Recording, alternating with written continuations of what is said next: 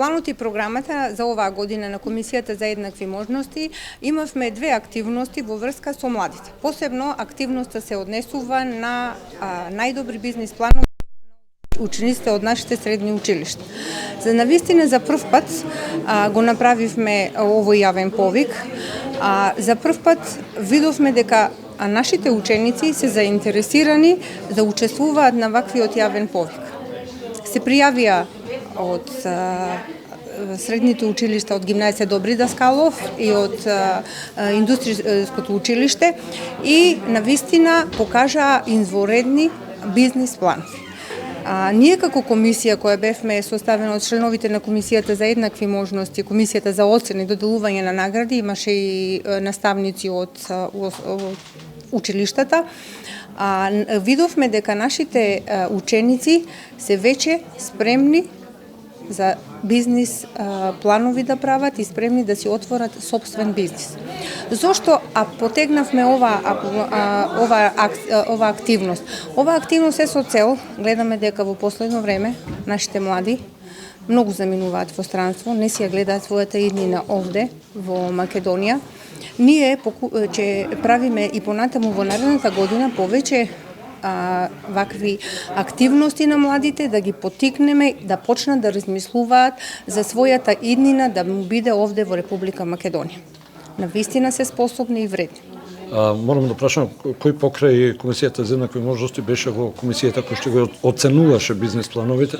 Беа професори од гимназијата, професори од индустријското училиште и професори од шумарското училиште. Значи, равноправно професори што се занимаваат со овој дел од оваа проблематика. Да. Кажете ми само, беше ли тешко да се одберат најдобрите? Беше, навистина беше тешко.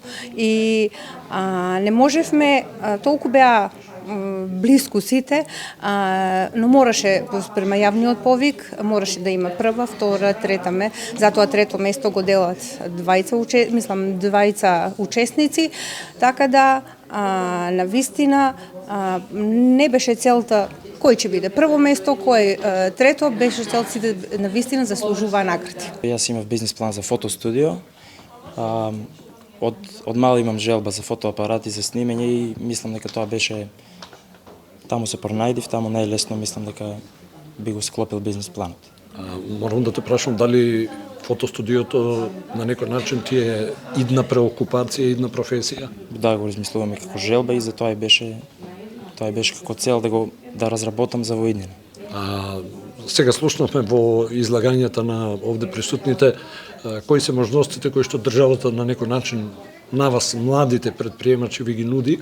Има ли доволно услови за Владимир да си отвори приватно фотостудија? Па мислам дека да, со грантовите од државата, како за доел, за едно лице, грант од 5000 евра, мислам дека е доволно за една фотостудија. Зборувам во името на Еколуп, на тимот на Еколуп. Еколуп е автомат за собирање на стар неискористен текстил, кој ќе биде поставен на неколку локации низ Македонија. Еколуп би имал мерачна тежина и колку тежок текстил ќе оставите, толку поени добивате на нашата апликација. Со ваучери кои што може да се користат во маркети.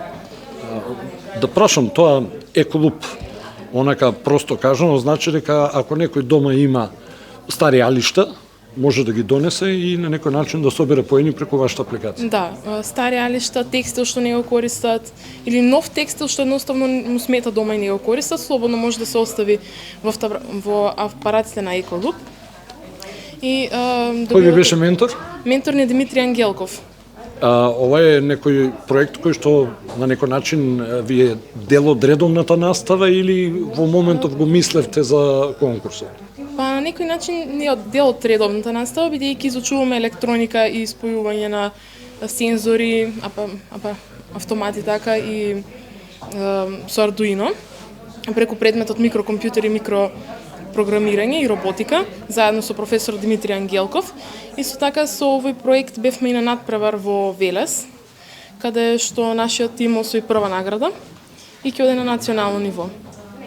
Честитки, се надам и дека и на национално ниво ќе постигнете завиден успех. Прво, второ место, се надам на национално повторно прво место не ќе биде лошо. Ви благодариме. Ќе има ли доволно текстил да се собира нели со машините на Еколуп, односно како стоиме вашите информации, како стојат за на таа тема?